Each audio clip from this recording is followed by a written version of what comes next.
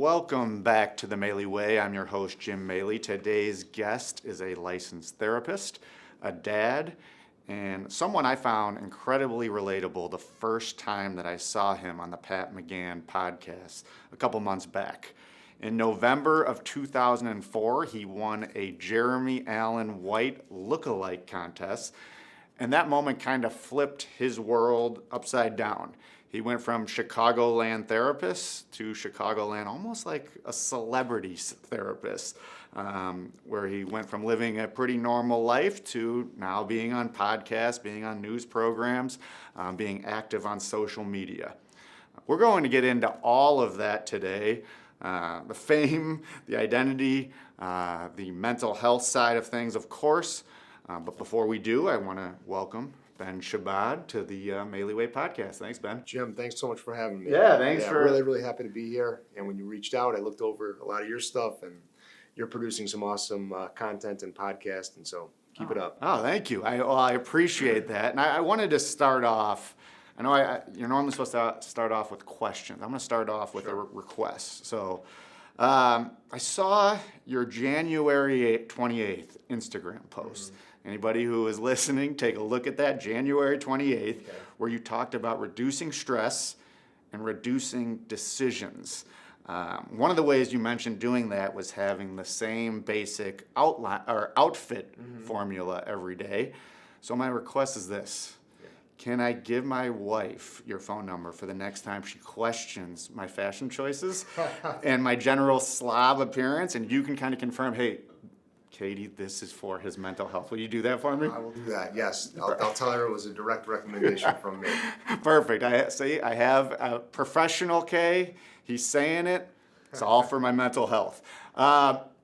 Before we get into everything, I want to talk kind of about the why behind what you do. Mm-hmm. What was the reason that I know you went to U of I, you studied psychology there. Mm-hmm. What was the reason that you did all that? Well, you know what? As far back as I remember, I've always been really interested in why people operate the way they do, and what makes people tick, and why we experience the world differently, you know? And I've always just been intrigued by that and wondered about how much upbringing and genetics play a role in that and where they converge. And so it was kind of that general interest coupled with finding that I always really enjoyed hearing people's stories. Mm-hmm. And I was always curious about like when people were telling me stories, talking about their life, talking about their experiences, I found myself to be very engaged. And I would hear other people talk about those types of situations and how they would get bored, or they don't care, or they zone out and things like that. And I do zone out for certain things, but I find that when people are talking about their lives and the experiences they've had, I don't. I just naturally gravitate to those conversations, and I always find that while people are talking about themselves, thinking about questions and new curiosities are popping up, and so it was just a natural fit, the combination of my interest in psychology and the enjoyment of listening to people and giving feedback. Yeah, no, I mean, it's kind of like I've heard you talk, and I've felt the same way about community and belonging. Does that kind of hearing people's story, talking to all these different people, does that give you a little bit of a sense of community in a way? Yeah, absolutely. I mean, community is so important, and being able to depend on others and join with others. Yeah, that's a very important aspect to mental health. Yeah, none of us are doing life on our own. Yeah. You know, as much as a lot of people like to think that they're by themselves, pulling themselves up by their own bootstraps or functioning independently. We all rely on each other, and it's a good thing. Humans are social creatures. That's what we're designed to do, and it's really healthy. Yeah, no, it's. I have found that over the years, my college coach, I always say this, called me a stubborn Irishman, is what he called me. And that was great for many things. It was great in terms of kind of having just that drive where I'm just going to keep going. Yeah. But I thought I could do everything by myself. Sure. And it really wasn't until kind of COVID where things switched for me in terms of I realized, well, I need other people. Yeah. And I realized that during my darkest kind of moments, And I feel like that you kind of can give that to people, but maybe you kind of get that from people as well. Yeah, that's a really good point. I think anytime you're contributing in a meeting, that's sort of what it means to contribute. You're not just contributing to yourself, you're contributing to society and you're helping other people. And so anytime you're doing that and you're being received, then you get that sense of fulfillment related to what you're talking about. Yeah. Yeah. Now, what's the process for anyone out there? Because Yeah. I kind of wish I would have had an inkling to this type of stuff back in the day. I think I might have gone in, like originally I was going to go to law school, and then now I'm a PE teacher. So that's where life takes you. But I think if I would have known about this, I might have gotten into that field because I'm really curious. I'm interested. Yeah. What's the process like to get there? So, to be a mental health therapist, there's a lot of different routes you could take. It sort of depends on what degree you're going for, and if you want to go more of the research route or the therapy route. And there's different settings you can work in. There's social workers, there's psychologists, there's psychiatrists, there's PsyDs, there's PhDs, there's a whole host. So, you can get it. Depending on what specifically you're trying to do with it, would dictate that path.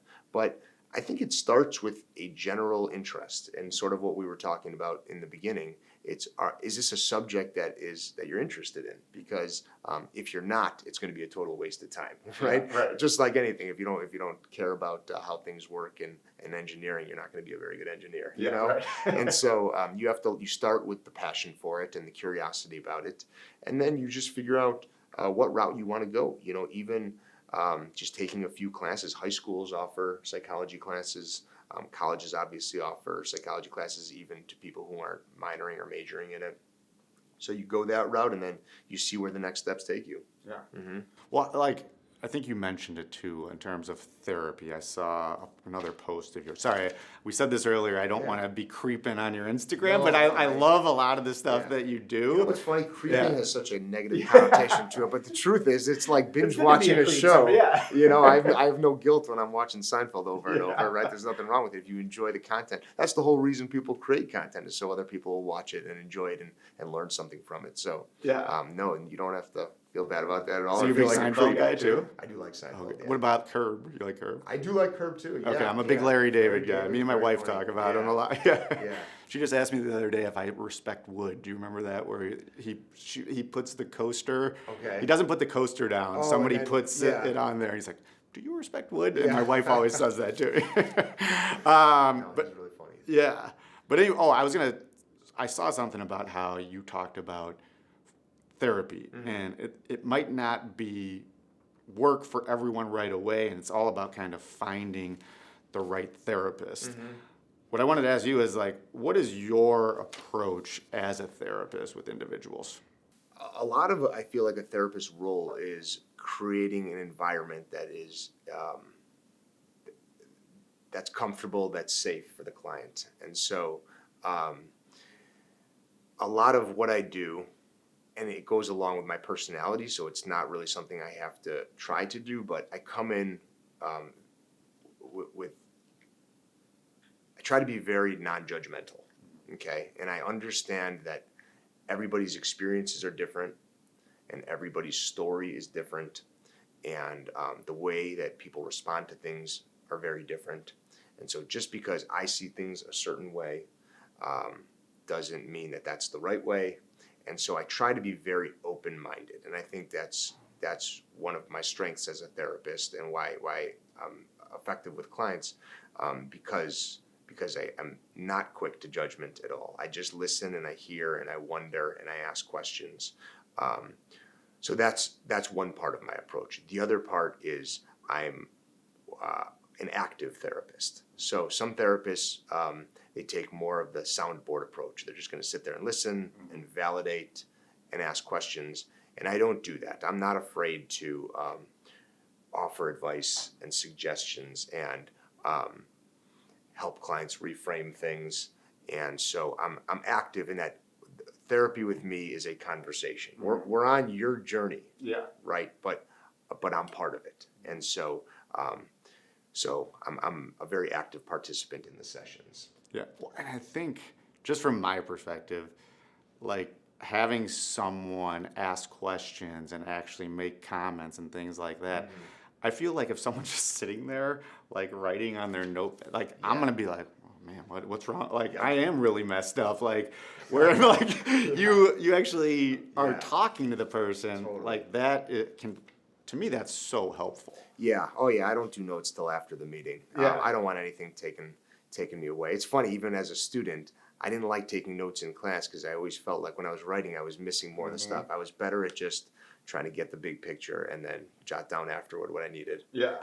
And I think I've talked about this a ton. First of all, people like ask me questions about like, hey, what should I do about this? I'm like, listen, I am not the person. I'm trying to get you to that person.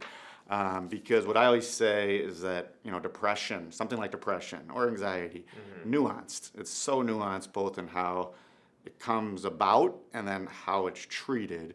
But what I always say is what's not nuanced is that you can't do it alone. Right. And I think for men in particular, I have found that they need relatability. And I feel like when I've seen you talk about things, I'm like, oh, yeah, I can relate to that guy. How do you think you get that? And I think women need it too. I'm not saying that, but I think men more. How do you get that relatability? Well, there's probably just some natural personality characteristics, and not everybody's personalities jive with everybody else's, you know? So a lot of the time people do jump around therapists until they find somebody who's a good fit. And it's not always a measure of the most intelligent therapist, right? It's the personality characteristics. And so, but as it relates to men specifically, first off, just being a man, I think sometimes it's easier to talk to somebody whose life experiences are more similar to yours, coming from the same type of place. But also there's this societal expectation around mental health for men. And there's a stigma associated with it, or there historically has been. And so naturally that makes men more reluctant to seek out help for themselves. And it doesn't need to be like that. And a lot of people want to have that mentality where I'm gonna get through it myself and I'm gonna deal with it myself.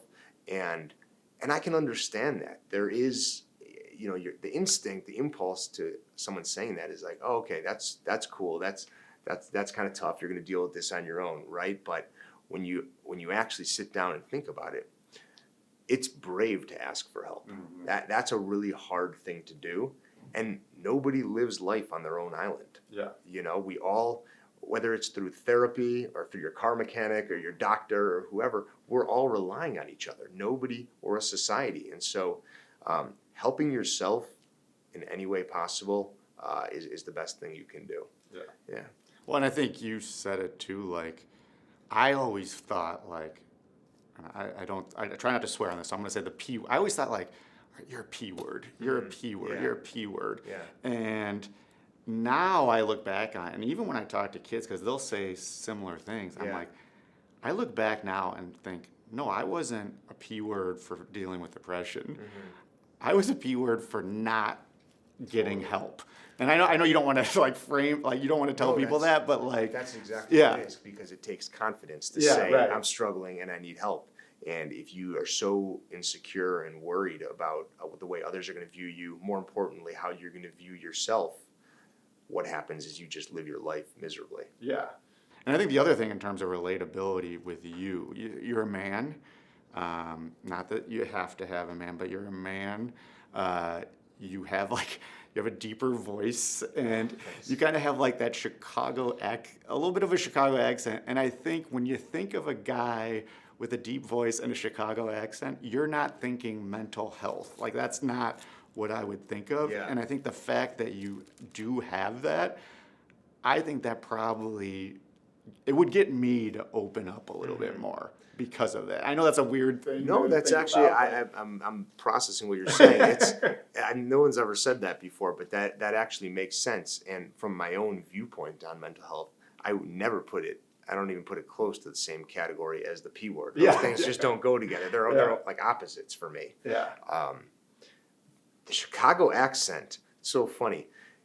You don't realize you have a Chicago accent until you say to somebody who doesn't live here the word Chicago. Oh yeah, And that's where everybody starts to hear how you say the A in Chicago, and they go, "Oh, you got a strong Chicago accent." Yeah. So you probably have it a lot too. We just don't notice it in each other. Yeah, oh yeah, for sure.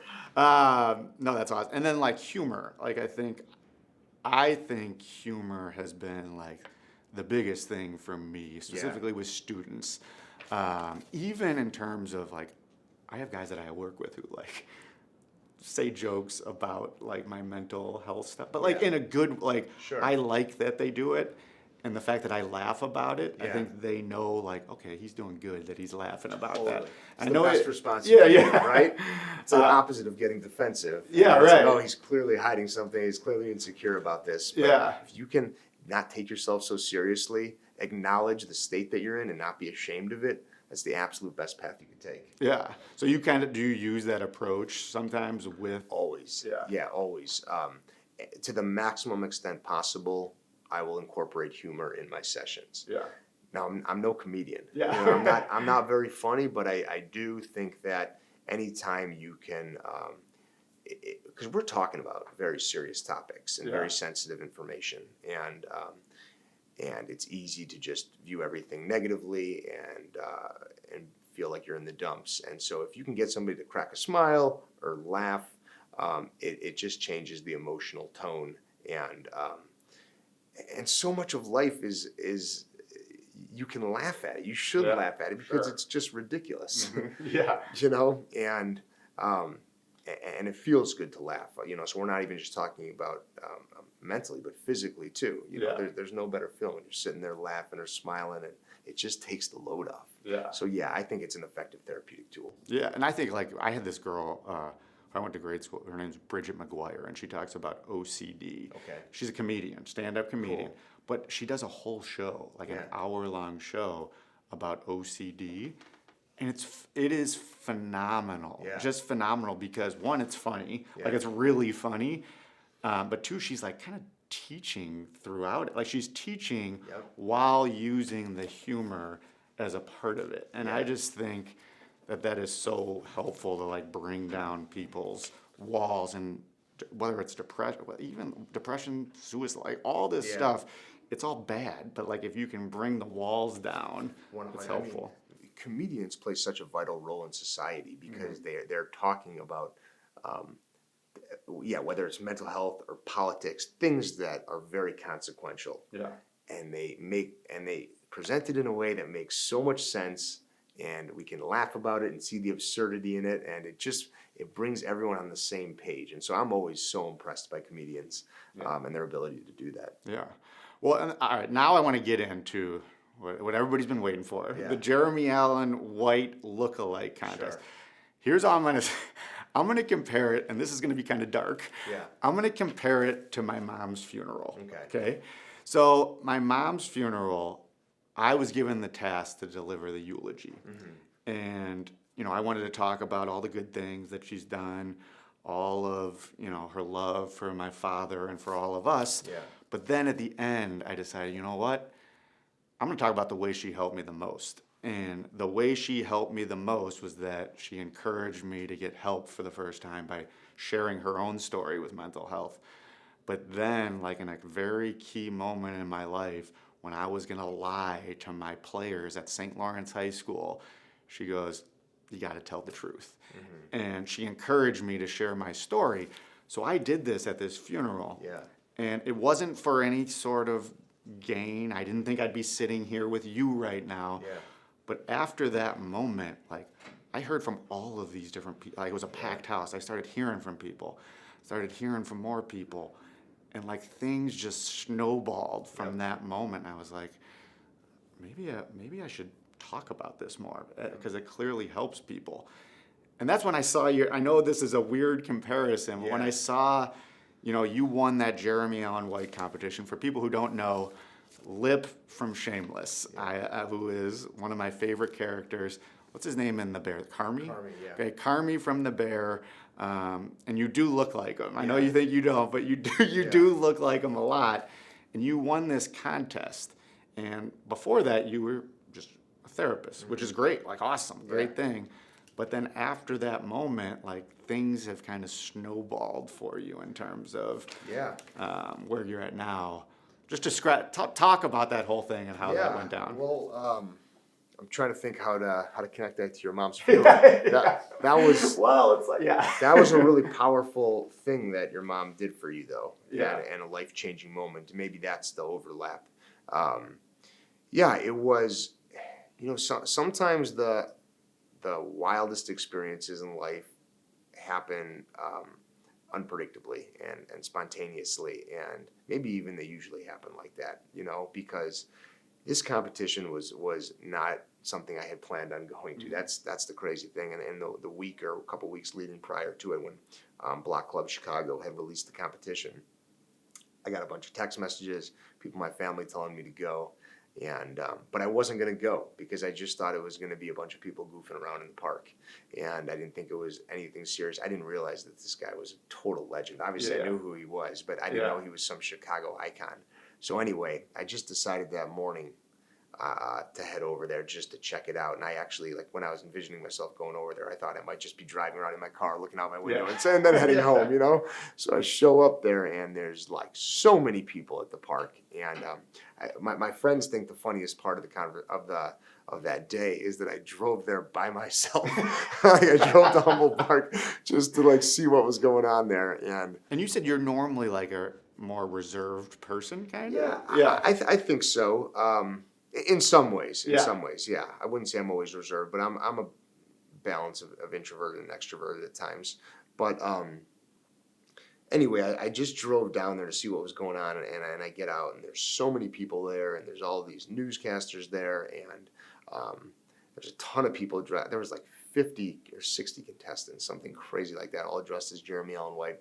And I get there, and I end up, long story short, winning the competition, and then after that, I was at the park for like probably 2 hours, and everybody's doing interviews with me, and people want to take pictures and this. So it's like that one decision that morning, and then all of a sudden, like, I didn't even realize the magnitude when I left the park, because I was just thinking in my head, mind you, I didn't have any social media at this point. I didn't even have an account.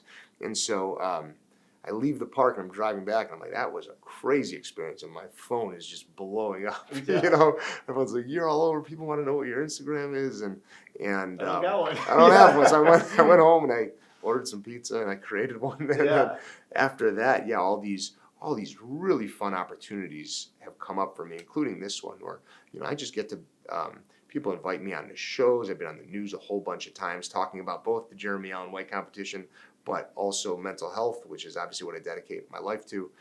So that's been really fun. And then I get to do these like behind the scenes restaurant videos where I'm just going to local spots and holding my camera. It's a one-man band, and I'm just doing it all myself. And so that's been such a fun opportunity. And then on top of that, I'm learning about content creation and editing videos, and that's a whole universe there that I never would have explored. And it's just funny how, like, you open one door and you never know what's going to be behind it. Sometimes it's small, and sometimes it's huge, and it can just take your whole life in a different direction. And I haven't even fully realized everything that's going on, because sometimes you have so much going on, it's hard to wrap your head around everything, and you can only make sense of it looking back. And so I'm still in the whirlwind right now. Well, it's just funny too, like what you said, like, you go to U of I, you pursue all this stuff, you spend all these hours like working and doing all this stuff, and living a great life, having a great job, and then like a thing like a Jeremy Allen White lookalike competition now pushes you in a different direction, and probably allows you to have even greater impact than you would before. It's like you're living in a simulation in a way, or like 100%. This is your purpose in a way. Like, I've heard you talk about that, finding your purpose. I think this, from an outsider's perspective, has become like your purpose from something that would be considered like absolutely. Yeah, you nailed it. I mean, it's just given me a huge audience. So like, it's stuff that I was, in most respects, something I was already doing, meeting with clients and helping them. And now all of a sudden I have this huge audience, and so I can do that at a large scale. And so, and I can do it in different ways, and I can get creative with it. So it's not only allowing me to do what I do more broadly, but also tapping into certain parts of my mind and my creativity and all the opportunities that come with video editing and social media. So it's a whole new world for me. Well, and I think it's a bridge too for people who are not believers in mental health. Like, so they can watch your stuff in the confines of their private self, Great point. and then they see yourself and oh, hold on, I'm gonna try that.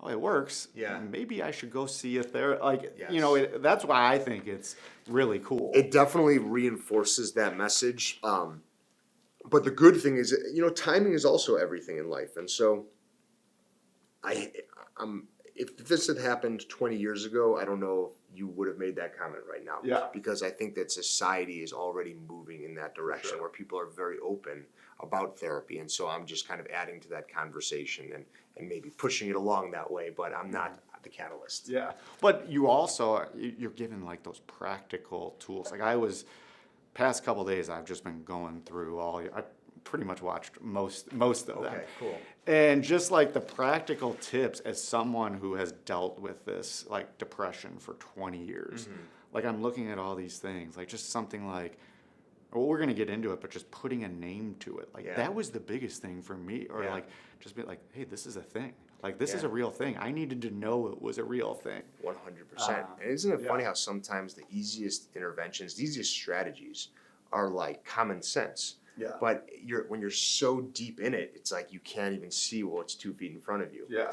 And so, a simple thing like just labeling the emotion and the amount of research that shows how effective that is, right? It's kind of, I heard a good analogy about that, and it made a lot of sense. And it's kind of like if you're trying to see and there's a hand in your face, and so you can't see, and you're feeling angry. If you just say, I'm feeling angry because this hand's in my face, it moves the hand back about 3 feet. So it's still there. It didn't remove the emotion, but now you can see other things too. Yeah. And it's a great analogy because that's so much of how labeling your emotions works. As soon as you start to identify what's going on, it takes the stress away. Yeah, and even too, like I saw, you talk about like just doing anything to address something. I have found that even the first time I went to go get help, I didn't want to, believe me, I did not want to do it. It was like, I'm the stubborn Irishman. My parents, wife were trying to get me to do it. And just when I made the decision, like, you know what, I'm going to go do it, even before anything ever worked, it just gave me like, just one thing gave me a sense of relief. Yep. And I saw you talk about it too, like just taking a step, like an action. That's just going to give you that sense of relief. Yeah, it's like diagnosing a problem. A mechanic's working on a car. It's very stressful. You don't know why the car's not working. You figure it out. It doesn't mean you've solved the problem. That's only the first step. But just being able to say, here's what's going on with the car, there's a sense of relief in that. Yeah. And it's the same thing when you're dealing with your own mental health. Yeah, no, it's, I think I could talk forever. I know we are on a time limit. I want to keep going though, if we could. So you do all this. You're doing this. All this stuff starts to happen. How do you kind of balance that with like? And I know we're not going to talk about you as a father, but how do you balance it with your family life and your other responsibilities? Let's see. The key to balancing. Balancing all the various things I have going on is priority. You have to decide what matters, and that I would say is one of the biggest stressors right now. Is just I have so much going on and so much stuff that I want to do. It's easy to push things aside that you don't really care about or don't want to do. But when you have so much going on that's exciting for you that you want to do. And that includes work, but that also includes family, and that includes taking care of yourself, exercising and doing things that are good for you, and just maintaining all these really important areas of my life is challenging, but it's also a learning opportunity. And I feel like I'm growing because I have to balance all of these things. But you know what? You also get a sense of how valuable time is. Do you know? Like, time is going by slowly and quickly at the same time.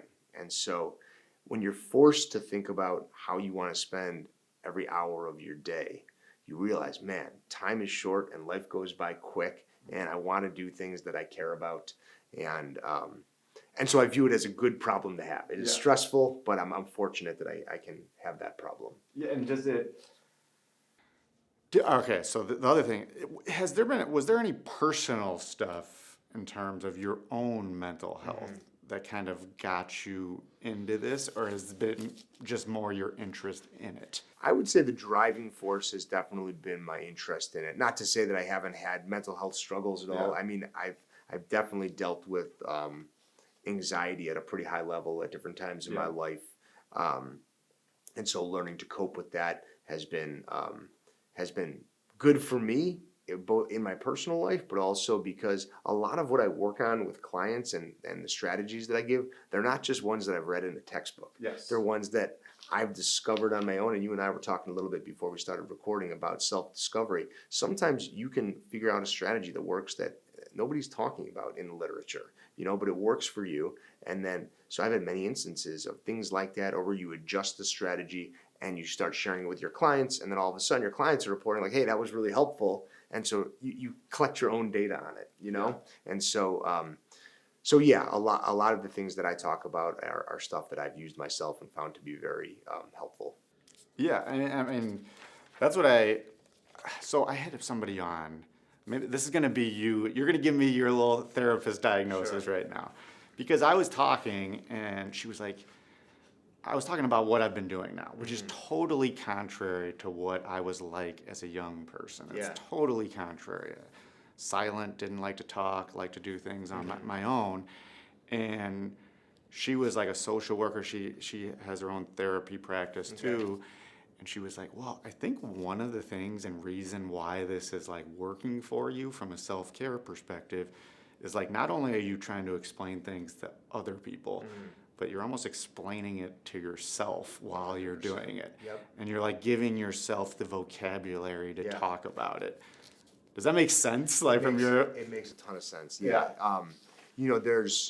I think about it almost in terms of sports. Like if you, for example, you're a really good basketball player and you're trying to teach other people how to score, how to set picks, whatever. And the way you do, it so instinctively, you've done it 10,000 times, but when you actually have to go through the process of breaking down what you're actually doing, that's when you become a really good coach. And that's where some of the self-discovery comes in. It's like, oh, I didn't even realize I was putting my foot there. I didn't even realize I was stepping like this. So the same is true with mental health. You have to be willing to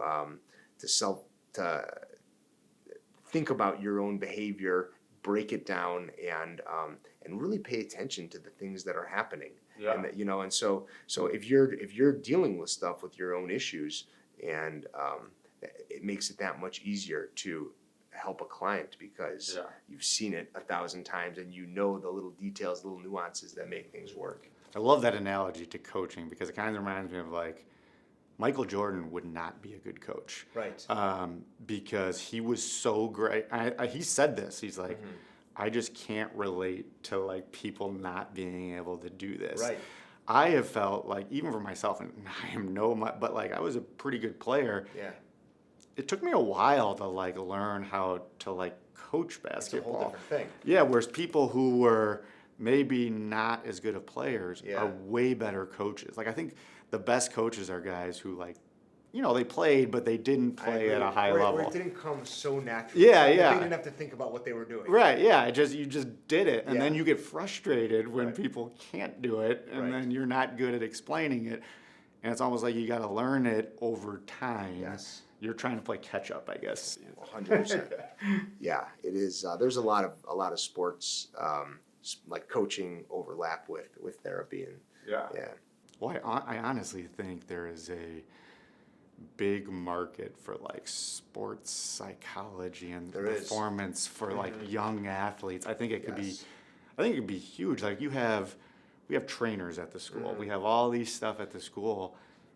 might be worth for a school being like, you know what, we're going to invest in that. You know, a lot already are. I mean, Yeah. definitely professional teams and college teams are doing that. Yeah. High schools are now starting to do that because Yeah. everyone is realizing how much the mental health side of things benefits the players and improves performance. So performance psychology is a big growing field right now. Yeah, Yeah. I'm sure.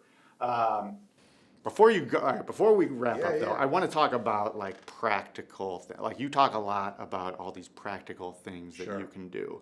I saw one of your posts and I really liked it because every single thing you said, I was like, over 20 years, I have found all of this to be true. Okay.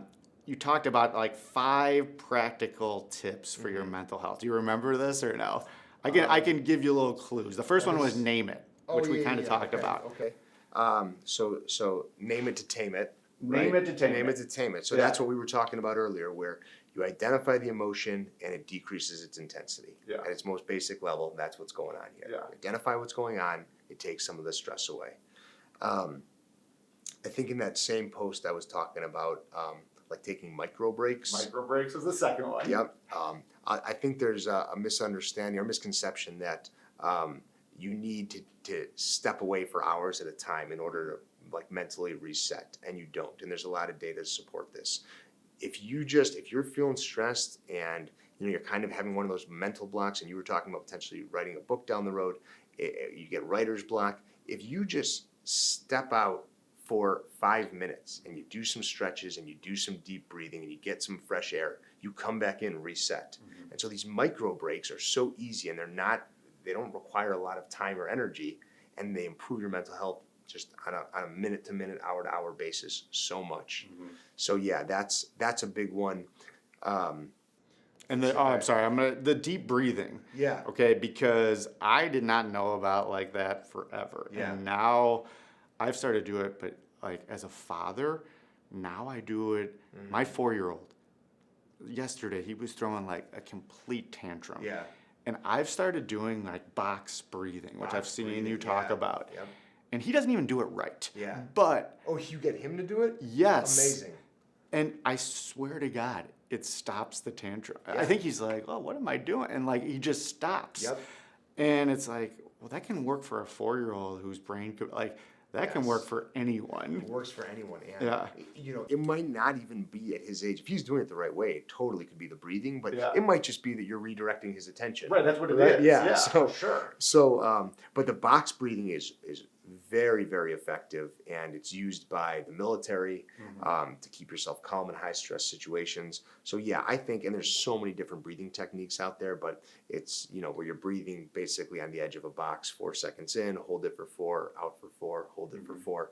You do that for a few minutes, and you feel calmer, and that's the bottom line. It's awesome. Like, Yeah. it's worked for me, but I've noticed it with just young kids. Like, I can't believe how well Yeah.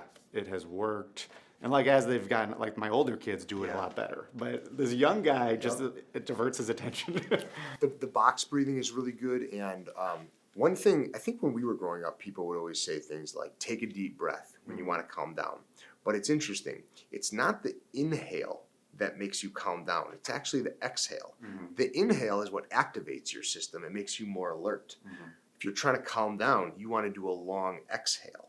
So sometimes with that box breathing, it'll be 4 inhale, 4 hold, but then we might do like a 5 or 6 exhale. You want a little bit of that imbalance if you're really trying to calm your system down. Yeah. So The other thing I Yeah. wanted to ask you with regards to the micro breaks is I started using one, like, when I was coaching basketball, we were practicing in the morning. So I never saw any light of day. Yeah. So I started using one of those like lamps. yeah. And I felt that it worked, but I didn't know if it was just a placebo thing. Regardless, it doesn't. The ultraviolet. Yeah.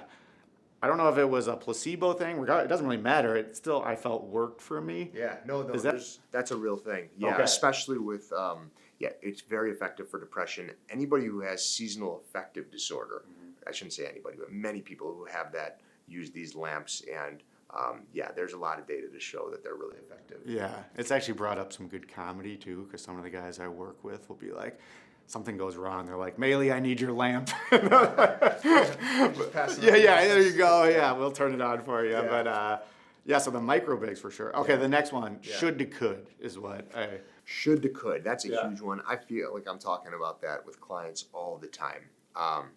Yeah. So the recommendation there is that first off, you have to be self-aware, and that's really the key to any type of improvement in the area of mental health. You have to think about how you're functioning and what you're doing. Pay attention to your own behavior.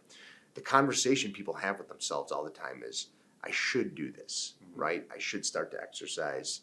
I should go get a therapist, right? But when you do that, the word should is so embedded with external expectations, right? And so instead, it makes you feel like you're doing things not for yourself but for other people. You know, even that internal voice, even you're talking to yourself, but that can feel like you're talking like it's somebody else's input that you're getting. If that makes sense. And so you switch that word to could, and it just gives you a lot more freedom. It creates some separation, decreases the intensity, and it just gives you options, right? So there's no expectation. No one's telling you should start to go to the gym. I could go to the gym. That's an option that I have. No one's telling me I need to do that. And so words are so important, you know, and some people might not understand how that can make such a big difference. I'm just saying could instead of should. How's it going to make a difference? But the truth is, words are very powerful.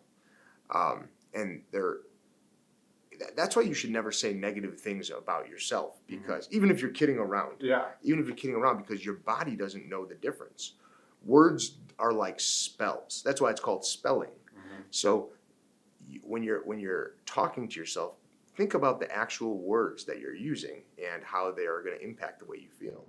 Yeah, well, it kind of, again, I'm going to bring it back to like being a father and raising kids like that. It's almost like you're giving yourself a choice in a way to have choices. And it kind of reminds me of what I do with my kids is like, let's say I want my kid to put on his PJs. Yeah. And he's like, nah, well, I'm not going to do that. I'm not going to do that. And now instead I go, all right, we're going to put on either your Spider-Man or your Batman. They'll be like, Batman. And now they do it. And it's just like the one little choice. Because people want freedom. You Yeah, want right. freedom to control your own destiny. Yeah, Right? and that works. I tell that to people all the time. Like, just give them a choice. Yes. And Yeah. you're going to get what you want, and they get what they want. Absolutely. No, I'm really happy you said that, because that's such an important point of changing the should to the could is the freedom aspect. Yeah. Right? Should is somebody else making you do something. Yeah. Could is you exploring your own options. Exactly. All right, anchor to present was the other thing. Yeah, anchor to present. Anchor to present is something that I recommend for people that are getting, that can get almost like panic attack, or just very stressed, very anxious, and your mind is running wild, and you start to, you're moving into the future and getting very anxious about it. And so grounding to the present is just, there's different strategies to do it, but it's basically bringing yourself back to the here and now. What's happening in this immediate moment, and you can do that by feel what does the chair feel like? What colors can I see in the room?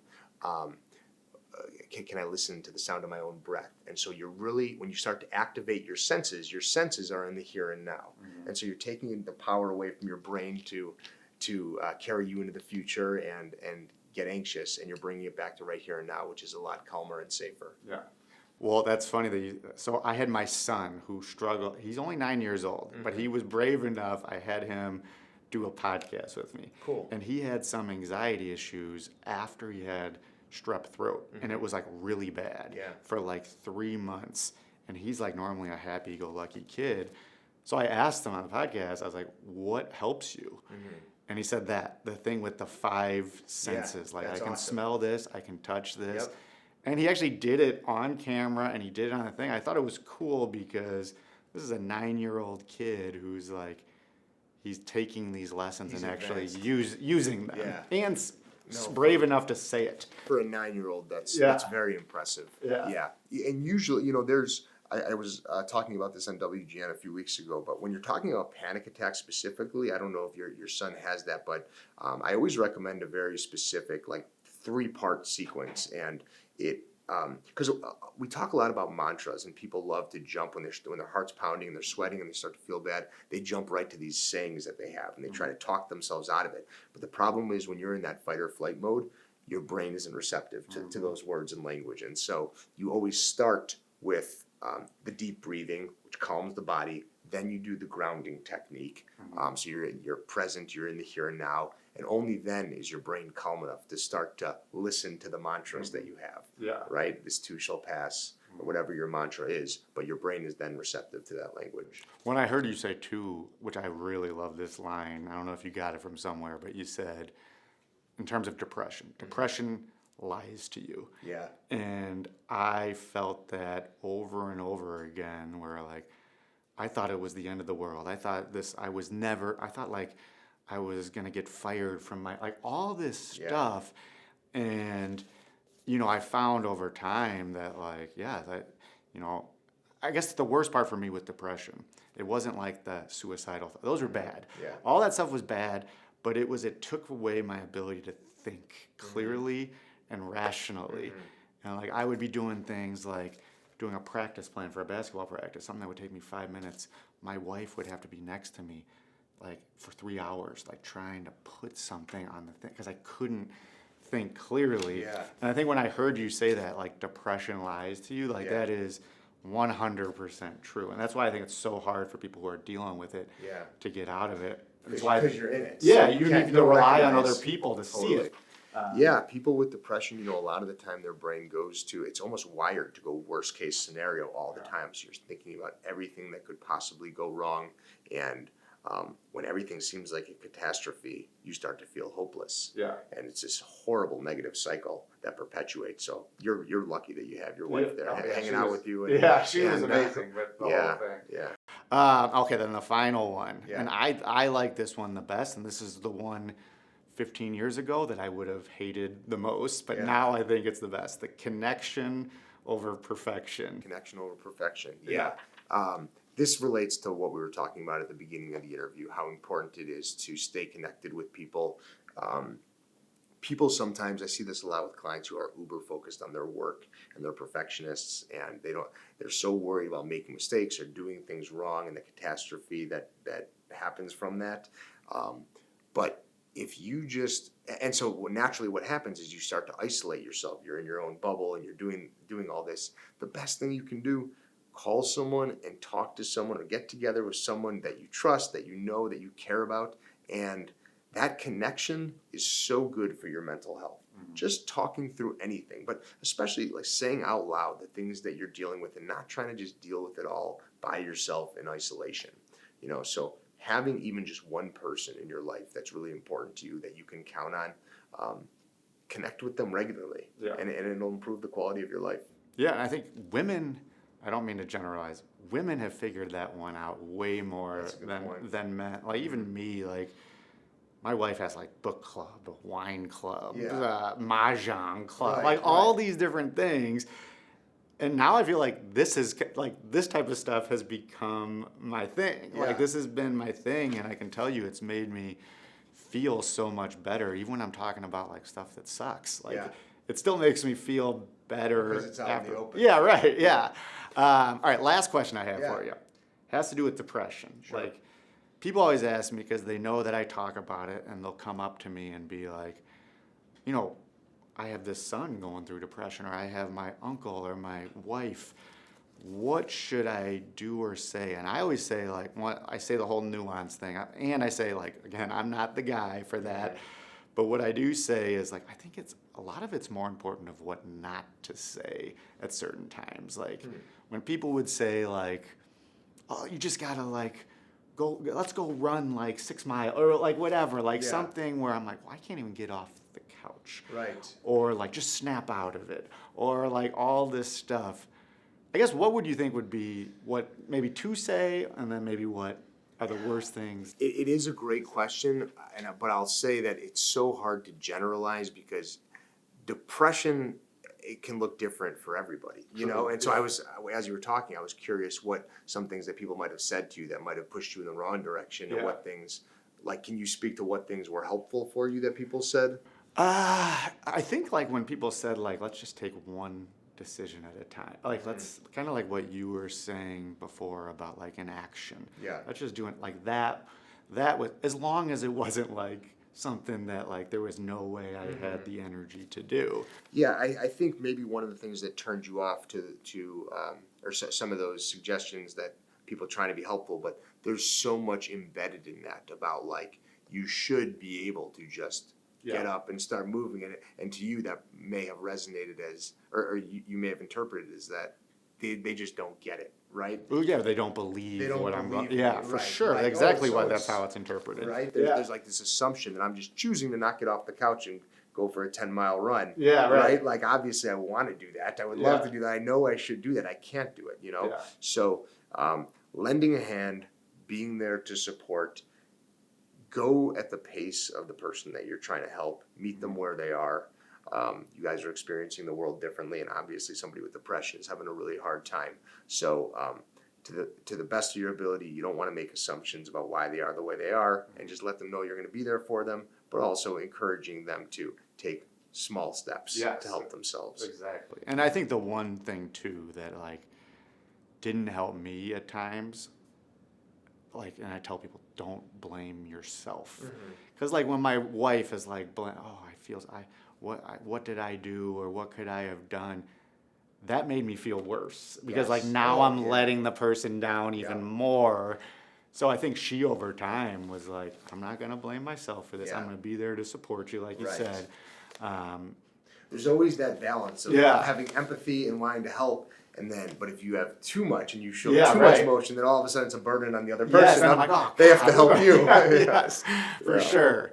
No, I mean, I could talk, like you said, I know you said maybe you would come on again, but I could talk about this stuff forever. I've had a really great time here, so I would definitely come back. This was great. And this is how I always end. And it's about my little mantra about sharing selfishly. I always say, by sharing your story, not only do you help others, but you end up helping yourself, because that's the Maley Way. Thank you. Awesome, man. Yeah, that was great. Really I enjoyed appreciate myself. it. Yeah, that was awesome.